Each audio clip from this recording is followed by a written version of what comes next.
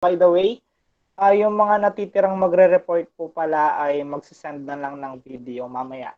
So, GC, and after that, make sure po na i-review po natin yung mga model na yon kasi by next week, magbibigay po ako sa inyo ng isang sample thesis book. And then after nun, i-review nyo, titignan nyo kung anong magandang SDLC model yung gagamitin sa thesis book na yon. Pero next week pa naman yon.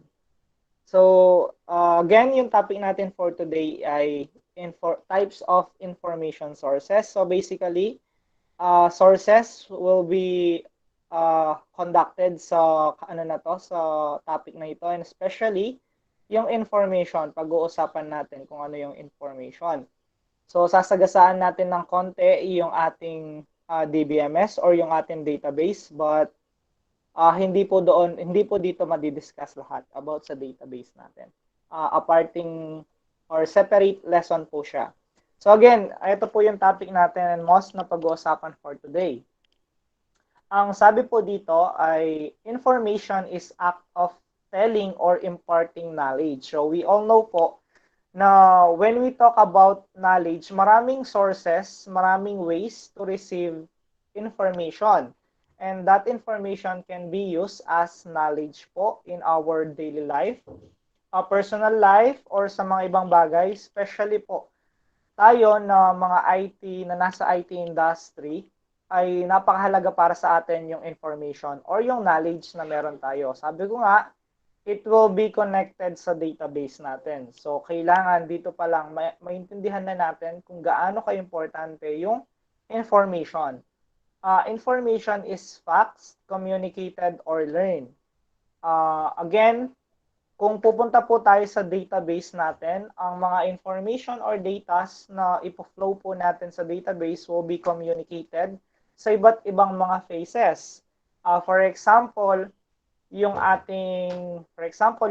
online ordering system na mostly na ginagamit natin nowadays, yan po ay part ng isang communication na kung saan lahat ng mga information na pumapasok sa database natin ay nako-communicate to each other. They are connected to each other. Now, of course, yung system natin, syempre may availability siya na matuto based po sa i-code natin or i-command natin sa kanya. Pero in our daily life, information can be communicated or learned to others, no?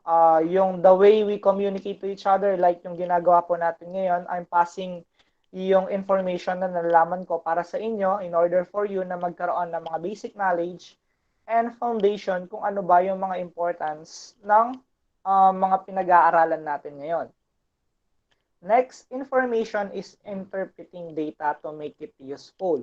So, alam naman natin, before siya makarating into a information or useful material, dadaan muna siya into a data na kung saan it is a raw material na kung saan hindi natin masasabi na napaka-useful niya. So, kailangan tayo as human din, alam natin kung paano i-interpret yung mga bagay na yan. For example, yung mga handshakes ng mga iba't ibang mga tao, 'di ba? Yung mga magbabarkada, meron yan mga handshakes na it represent or interpret na nangangamusta ka or na mismo sila, yung mga ganon.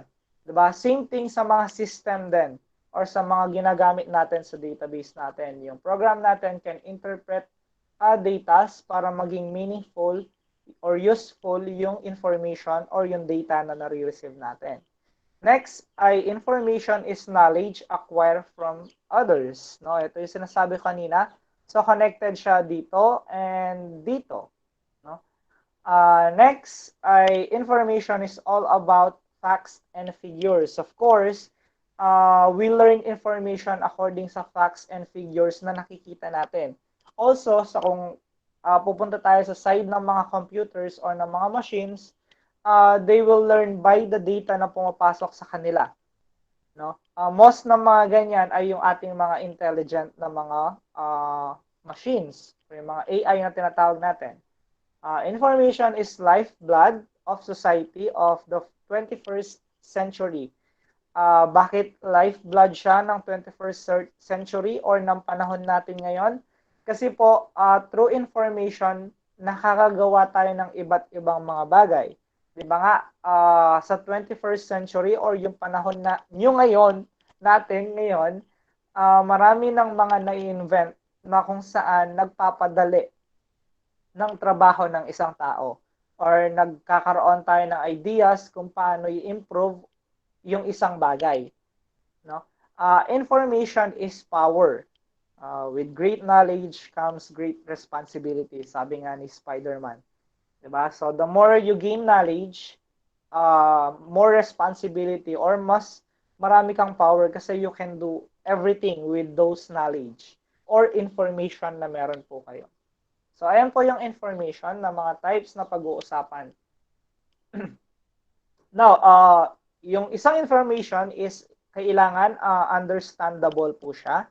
May I call kay Dono para basahin po yung ating naka-flash sa PowerPoint. Mr. Dono, take the floor. Sir, Sige, pakibasa po. since information is already in a summarized form, it must be understood by the receiver so that he will interpret it correctly. He must be able to decode any ito sir, Abbreviation. abbreviation, shorthand, narration, or any other acronyms contained in the information. Putut-putut sir, sorry sir, mabubulol ko eh. Sige, based sa nabasa natin, okay lang yan. Can you give us inputs kung ano po yung nabasa nyo?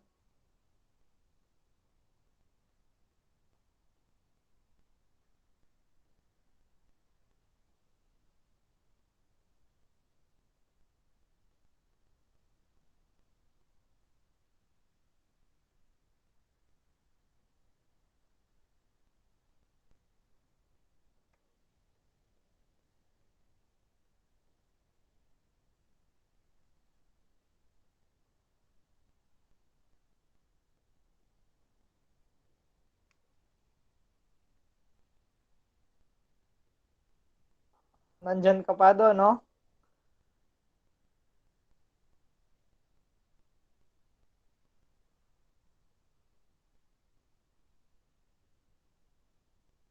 Nandyan po ba siya? Makamute niya, sir. Makamute niya. Oy, Dono!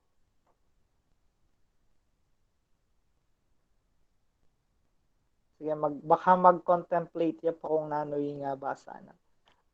To add lang guys, dito sa binasa ni Dono, sabi niya dito, lahat ng information that we receive are already summarized na siya. Ang challenge po dito is it must be understood by the receiver so that he will interpret it correctly. Kumbaga guys, kung gagawa tayo ng isang system or isang project, kailangan yung system natin ay kaya niyang mag-interpret ng mga data na nare-receive niya. No, kasi nga, yung mga data na yon ay must be able to decode yun nga, yung mga abbreviation, yung mga shorthand notation, or any acronyms contained in the information. Ipasok natin dito yung C++ natin. Sa C++, kapag nagko-code kayo, puro mga acronyms or minsan abbreviation yung mga ginagamit. Ngayon, kung nakikita nyo, kapag nagko-code kayo, kahit anong klaseng acronyms pa yan, no, nairarun yan ng program natin kasi he understood yung program na ginagawa nyo. Nadidecode niya kung ano yung gusto nyong ipagawa sa kanya. So, a valid project, guys, kailangan nakakaintindi siya kung ano man yung nare-receive niya or nadidecode niya kung ano man yung nare-receive niya.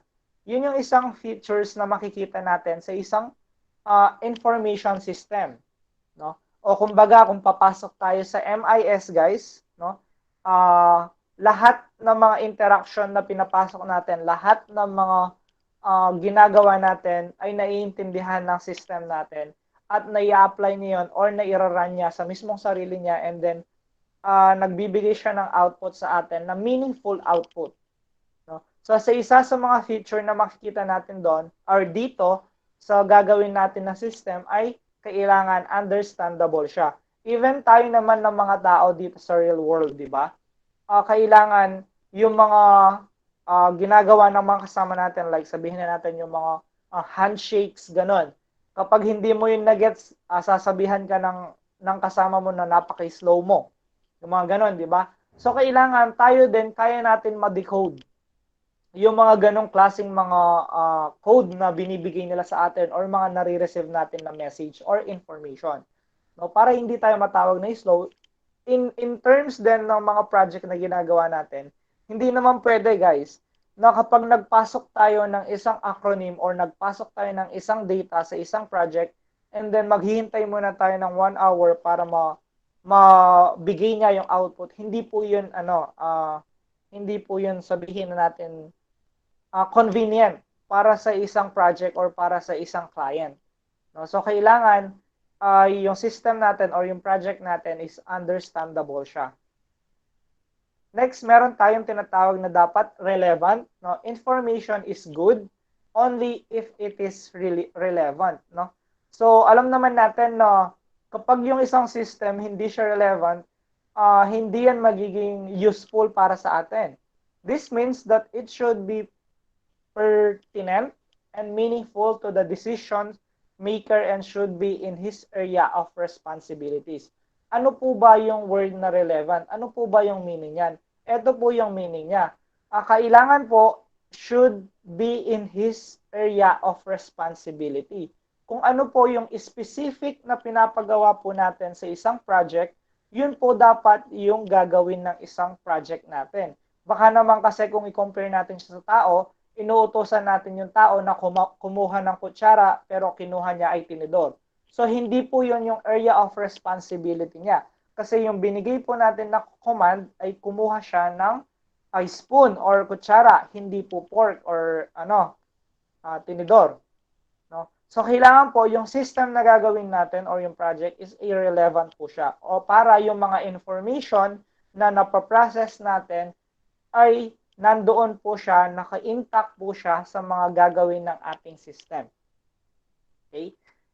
Next is meron tayong complete. Sabi niya dito, it should contain all the facts that are necessary for the decision maker to satisfactorily solve the problem at hand using such information. Nothing important should be left out. Although information cannot always be complete, every reasonable effort should be made to obtain it. So ngayon, based sa nabasa natin, Jared, ano po yung maibibigay niyong input sa amin? Cruz, Jared, Mayor.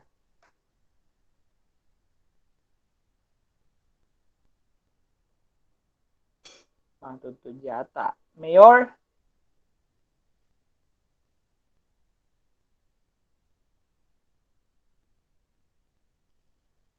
Anyone who wants to give their opinion dito sa ating nabasa?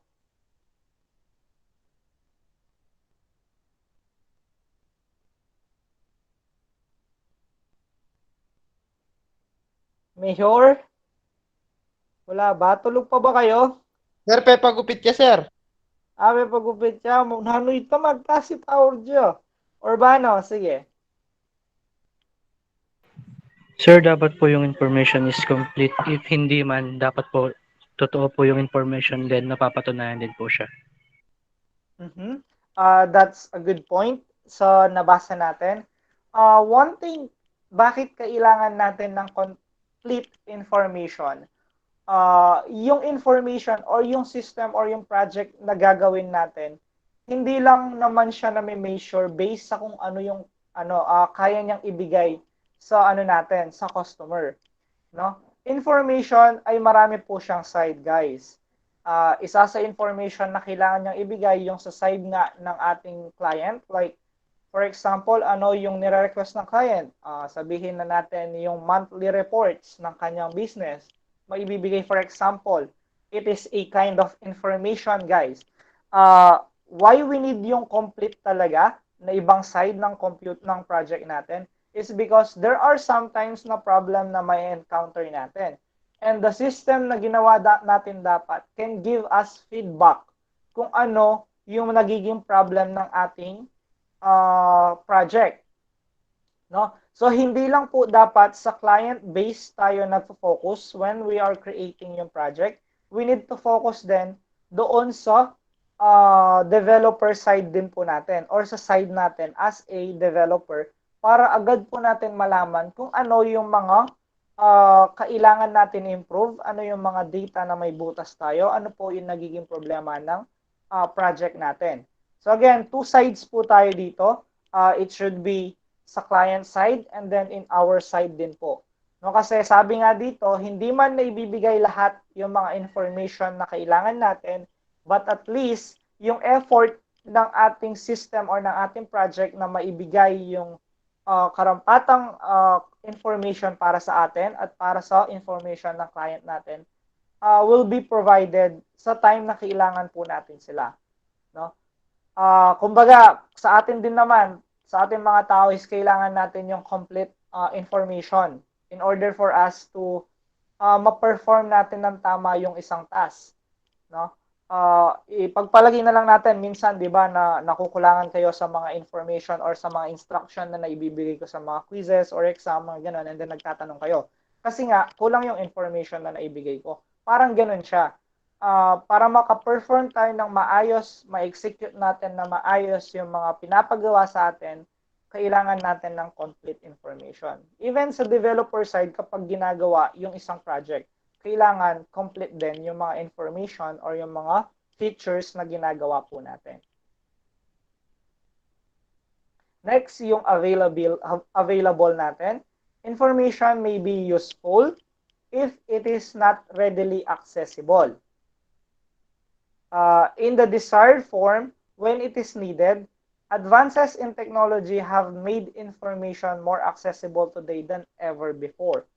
Kung titignan natin ngayon, lahat, even yung mga pinag-aaralan o tinuturo namin, available na yan over the internet. No? Kaya nyo mag-advanced reading, kaya nyo tawag dito, self-study kasi nga they are available in times of need. Same thing po sa ating system. So madalas na natin pinag-uusapan yan. Dapat yung project natin ay yung availability niya ay palaging available. No? Na kung yung time na kailangan natin yung system, kailangan na ibibigay niya kung ano yung gusto natin.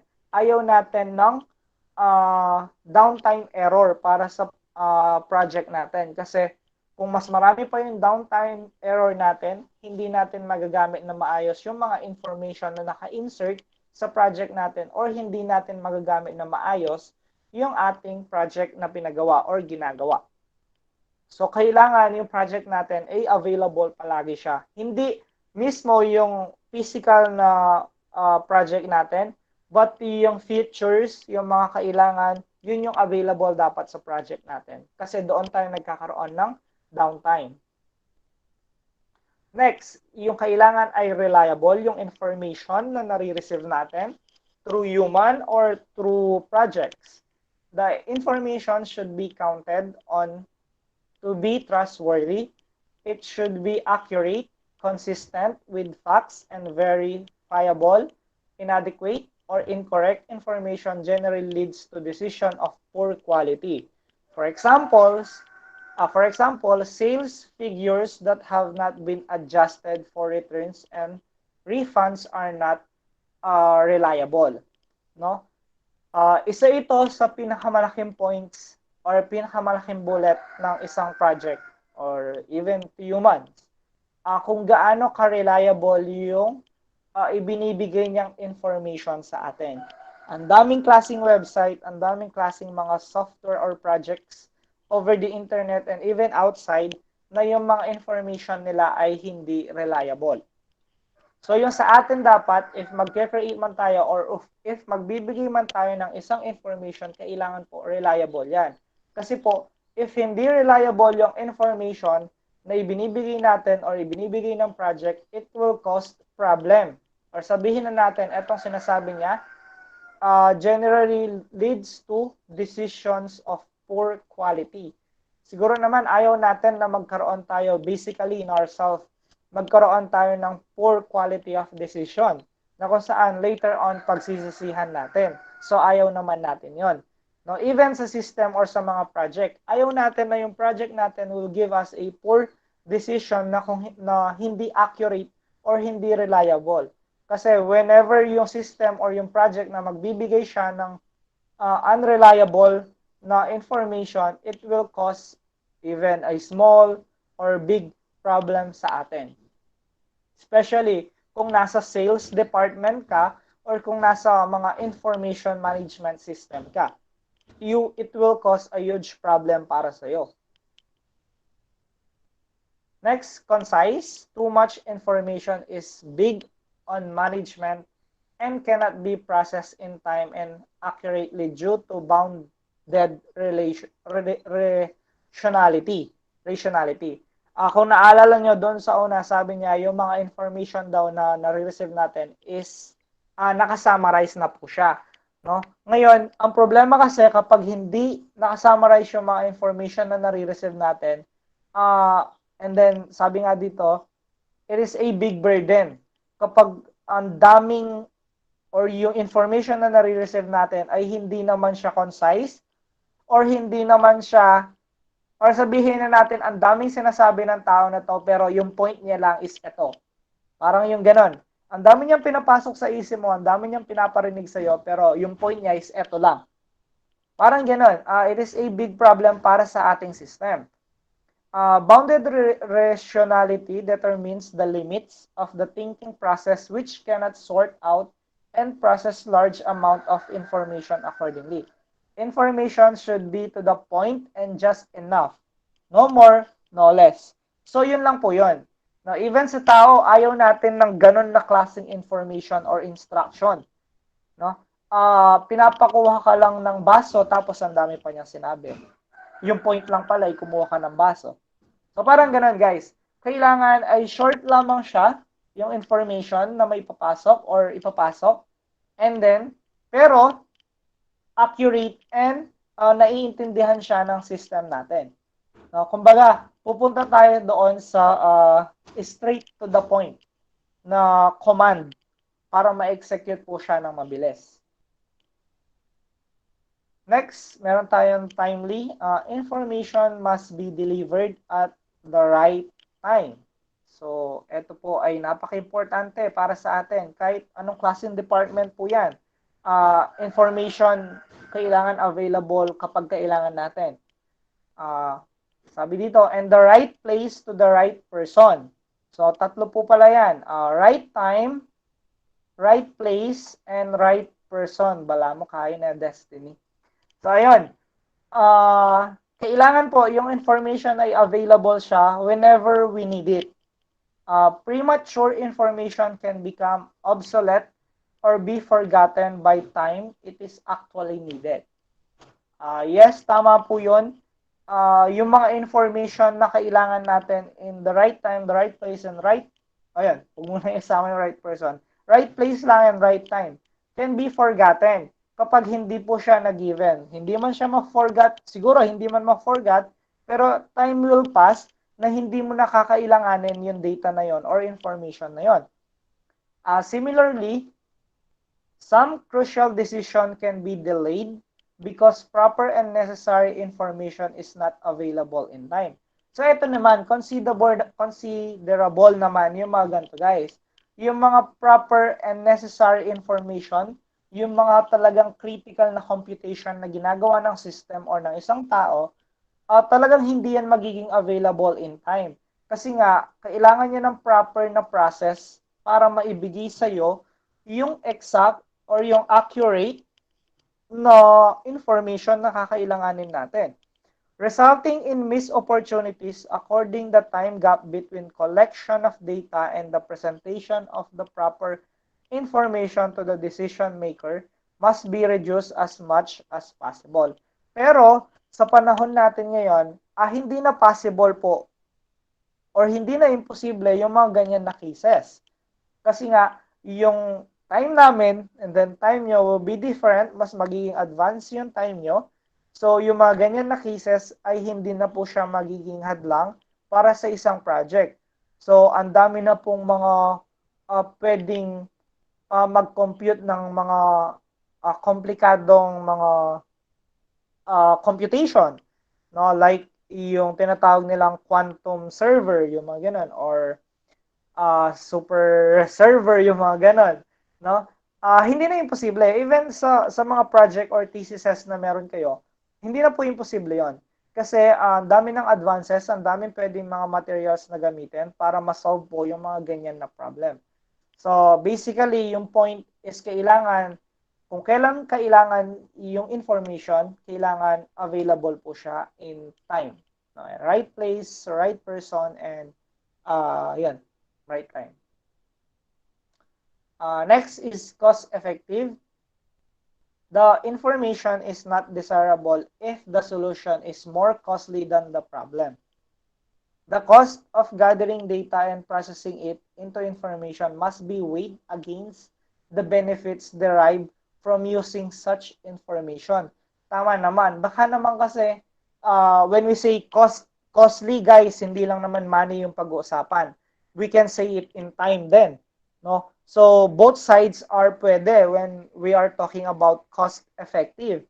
Baka naman kasi mas marami pa yung time na hinahanap natin yung problem or ginagawa natin yung problem kesa doon sa time na kayang or makakapag-process ng data or ng information yung ating project. So, kailangan po yung mga ganyan ay meron certain time, meron certain days, weeks, months lang para gawin yung mga ganyang bagay. No, para hindi tayo mag-cost of anything. Time, money, or etc.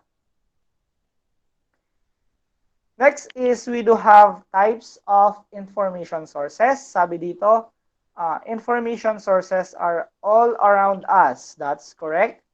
And can come in different formats. So you can receive kahit anong klaseng information in any formats, in any places. Sa time natin, sa labas, you can receive information through signboard, traffic signs, mga traffic enforcer, yung mga ganon. Everything around us can give us information. The sources you choose for your research will depend on your information needed. So kapag nag-thesis po kayo, depende sa research nyo kung ano yung klaseng thesis na ginagawa nyo, yung mga magiging available na information sa inyo. So, maraming klaseng research, maraming klaseng information around us. So, hindi po natin pwedeng gawin excuses yung, sir, wala po kaming makita ganito para sa research namin, hindi po namin siya maumpisahan dahil ganito, hindi po pwede yun. Hindi po tatanggapin ng mga panelists yun. Kasi, sabi nga dito, lahat ng information around us, no? And in many different formats. This presentation is types of information sources and their purpose for research. Meron tayong tinatawag na periodicals. Information sources include periodicals, which are items published at regular intervals like weekly, monthly, quarterly. Periodicals include magazines, scholarly, journals, trade journals, and newspaper. So maraming klaseng ways, maraming klaseng resources to receive information depende sa research na ginagawa po natin. So there are no excuses kung saan man tayo maghahanap ng data. Ang problem na lang yung problem na lang talaga is kung anong klaseng research yan at kung anong klaseng material yung gagamitin nyo. Pero malalaman nyo yan once na nag-create na kayo ng thesis. Scholar journals, yan, no? Analyze and report and organize research. Are written by expert scholars in the field. Publish longer articles using scholarly language. have articles reviewed by peers before they are published, includes reference used to write articles, often conclude charts, graphs, or tables. So, ayan naman po talaga yung usually na nakikita natin. Once na nagbabasa tayo, if mahilig kayong mag-research, no, magbasa-basa over the internet or sa mga libraries, makikita nyo naman po yung mga information na pinrovide dito. Kaya po hindi ganoon kahirap sa time ngayon yung mag-research kasi all the information will be available around us. Trade journals report on trends and issues in a given industry. Ayan, no? Kung maghahanap ka ng gusto mong i-innovate na system, you can look for the trade journals na kung saan nare-report doon yung mga trending na mga issues sa isang industry.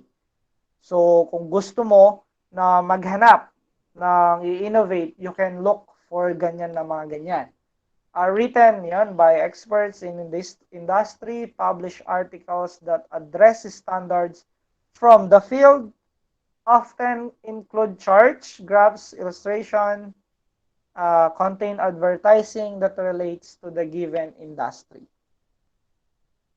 Newspapers. So around us ay daming klaseng newspapers, internet, sa mga daan, ang daming klase na newspapers na kung saan you can view, or kung mas madali over the internet, you can view yung mga nangyayari, you can receive information, you can receive problems na kung saan makakaisip ka kung paano yun isi-solve through yung project na gagawin mo, either i-research mo yan, and then etc. Books are available around us, libraries, sa mga bahay, even over the internet. Kung gusto nyo, hindi ko alam kung alam nyo yung website na pdf.com. Doon maraming available na mga books. Pwede nyo research doon yung gusto nyong books, and then tingnan nyo and then download nyo through PDF. Reference. So, mga reference, even sa mga thesis book, meron po silang reference na kung saan it proves na yung mga nilagay mo doon are already studied and na-proven na, and then ito yung kailangan i-innovate. So, reference ay kailangan po talaga siya.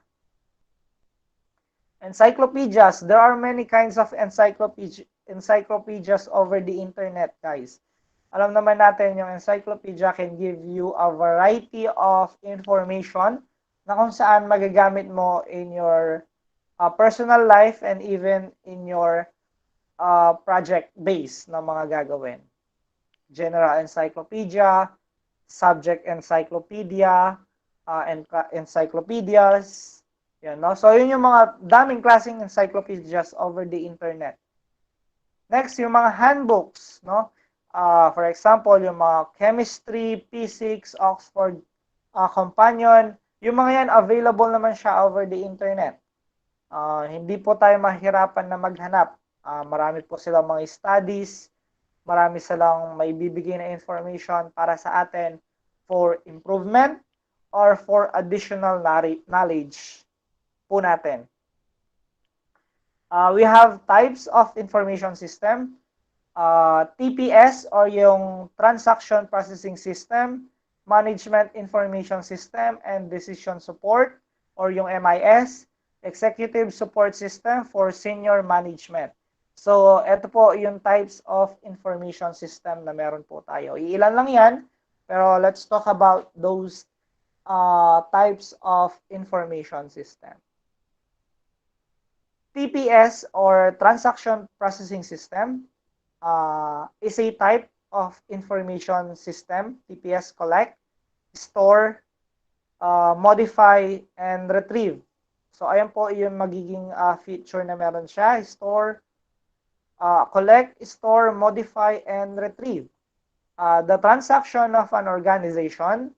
A transaction is an event that generates or modifies data that is eventually stored of information system. For example po na mga ganyan na klaseng system or ng TPS, yung tinatawag natin na ordering entry system, check processing system, account receivable system, payroll system, and ticket reservation system. These systems help any company to conduct operation and keep track of its activities. So, sa pangalan pa lang naman niya guys, transaction processing system. These are the system na kung saan nagko-conduct ng operations and keep track of its activity. So, lahat po ng mga system na nagki-keep ng track ng kaniyang activity, we can call them Transaction Processing System or TPS. Ito po yung example ng payroll TPS. So, hindi siya fully payroll system, but we can see here kung ano yung iilan na meron or feature na meron yung isang payroll. Of course, dito yung queries natin kung saan nakaka-receive tayo ng query. Ito yung database natin na kung saan yung mga information natin ay nare-receive or nasi-save. No? And then yung datas, kung ano man yung meron kang transaction or ano man yung ginawa mo. Government agency, for example, kami no, sa DABSO, we're under government. So may mga employee paychecks kami under ng government. Ganun. So, ganun yung klase ng mga payroll. So, tapos yung payroll, meron pa siyang management reports. So, ganyan. So, for example niyan, yan, ganyan yung gawin nyo ng mga klaseng baby thesis or things sa Java or even sa C++, gagawin natin yung mga ganyan na system. Pero, of course, wala lang muna siyang design na mga ganyan. Pero, eventually, gagawa tayo ng payroll system, hotel management system, gagawa tayo ng library management system, yung mga ganun. We will make those systems sa C++. Kaya po natin gawin yon. TPS characteristics. A TPS records internal and external transaction. So, ito po yung magiging isa sa mga feature na meron po siya. No, kaya niya mag-save ng internal and external transaction sa isang company. It is repository of data that is frequently accessed by the other system. So, ang system po kasi natin guys, meron tayong tinatawag na sa loob ng isang system, meron tayong tinatawag na relationship diagram. Kung saan lahat ng mga data are connected to each other. And then, yung kinagandahan ng isang TPS, we can connect it to other system din. Even outside ng isang bahay, outside ng isang campus, we can connect it. TPS perform routine, repetitive tasks. It is mostly used by lower level managers to make operational decisions. Transaction can be recorded in batch. So, meron tayong dalawa dito. Kung paano nasi-save yung mga transaction through batch mode and online mode. In batch mode, the files are updated periodically. In online mode, each transaction is recorded as it occurs. So, kumbaga, yung batch mode is kino-compile before i-process. Yung online naman, online mode, recorded, sabihin natin real time. Kung ano yung nag-occur na process, ganun na yung masisave. So, ganun po yung batch and online natin. There are 6 steps in processing a transaction. They are data entry. So, dalawa yan, ay marami yan. Data entry, data validation, data processing, and revalidation. Storage, output, generation, and query support. So, eto mga to, mamimit po natin sila sa database. You will be familiar sa mga yan. Ano ba yung data entry? Ano ba yung data validation? And etc. Pero ayan po yung makikita natin features sa isang TPS or characteristic niya. Yung objective ng TPS natin is of course to process data generated by and about transaction.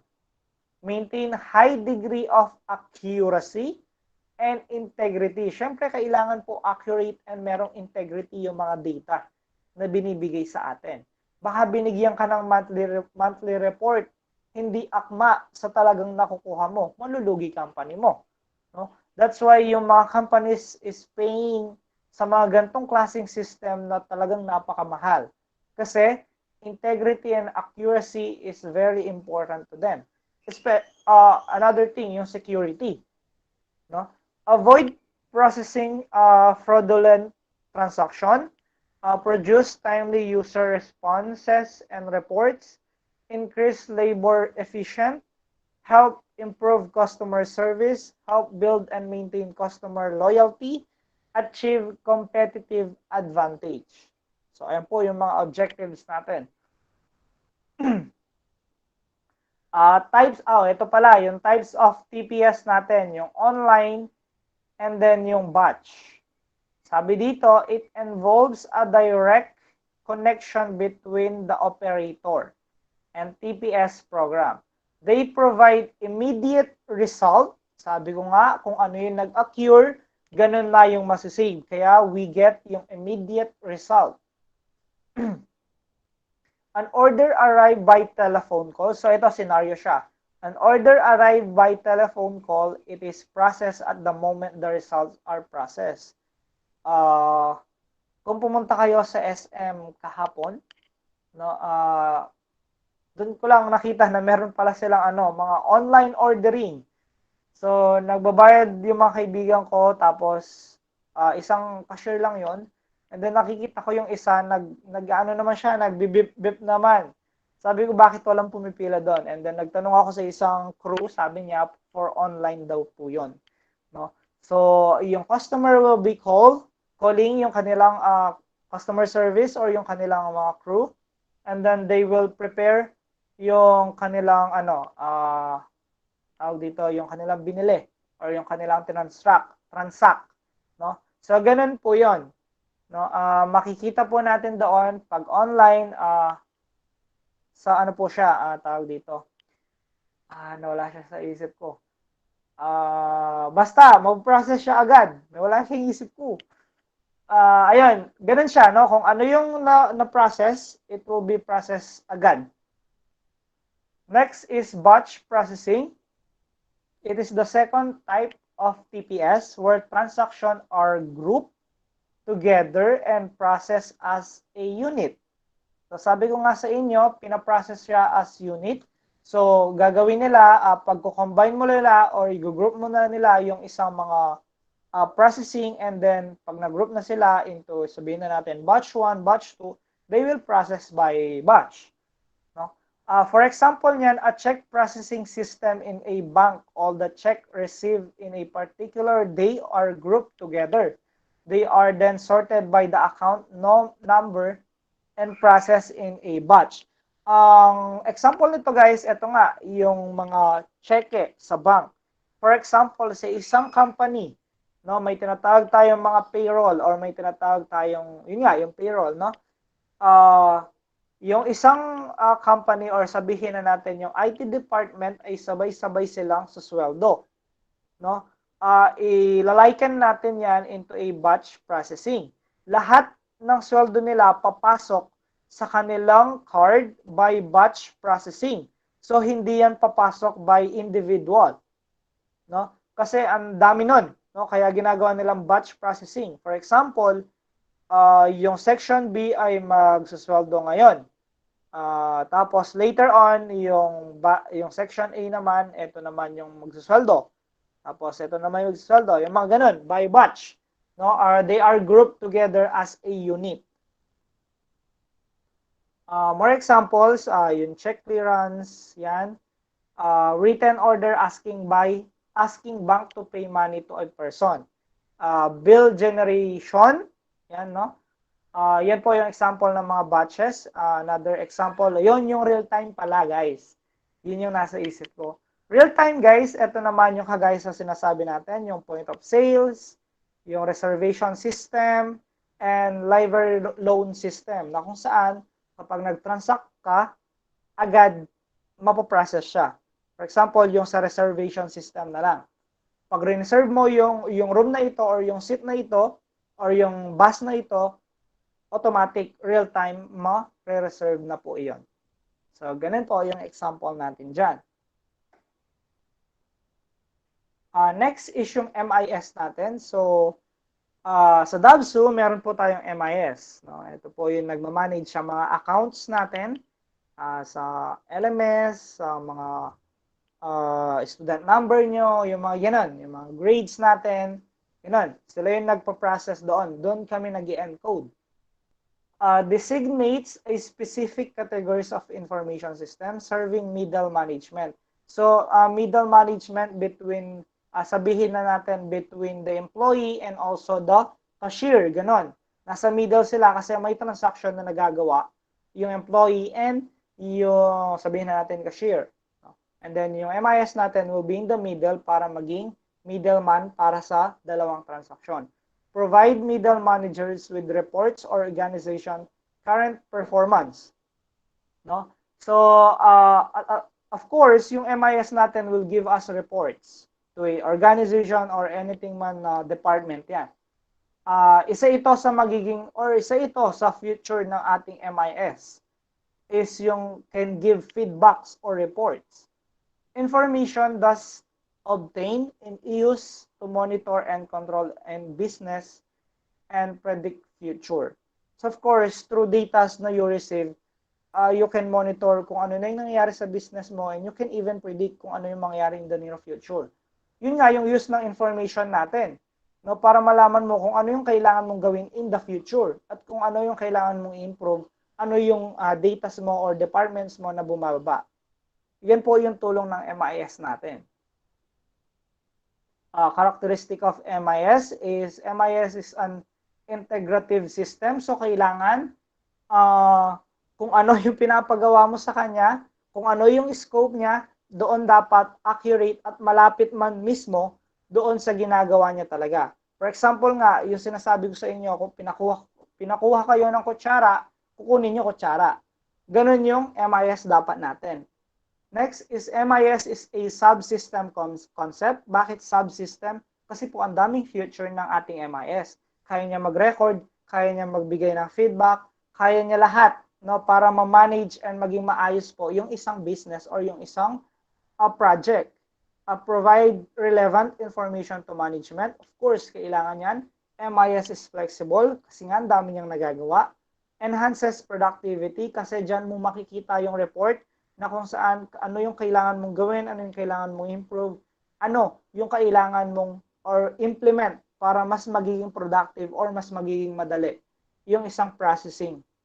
It's a coordinated system. Of course, they are connected to different kind of system.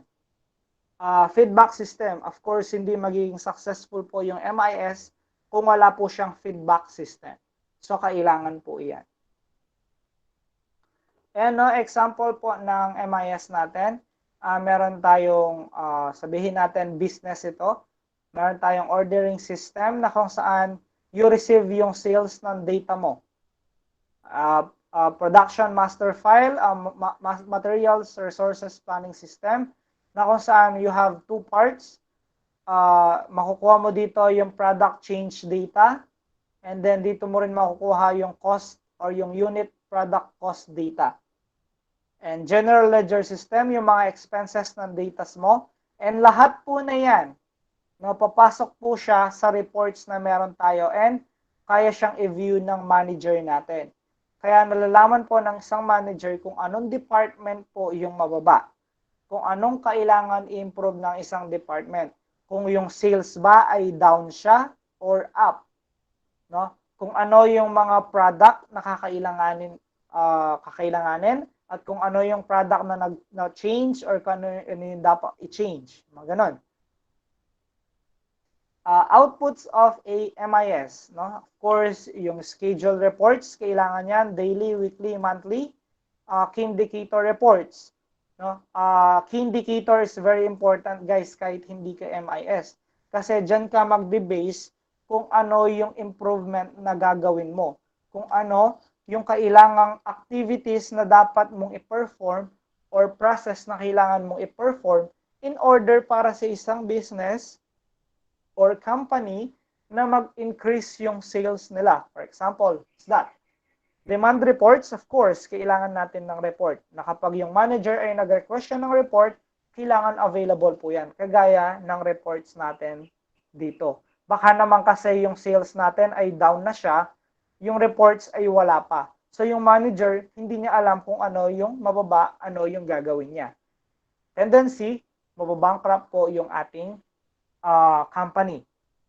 Exception report, automatically produced when a situation is unusual or requires management action. So, hindi lang syempre, for example, hindi lang yung time na nagre-request tayo ng report, doon lang tayo makaka-receive. Meron dapat automatic or notification yung ating system na kung saan na-notify tayo when unusual things happen sa ating project or sa ating business or sa ating kung ano man yan. No? So, isa yan dapat sa isang magiging output ng isang information system. Example po ng scheduling report example natin, ayan po, yung daily sales detail report natin. Order number, customer ID, sales, and etc.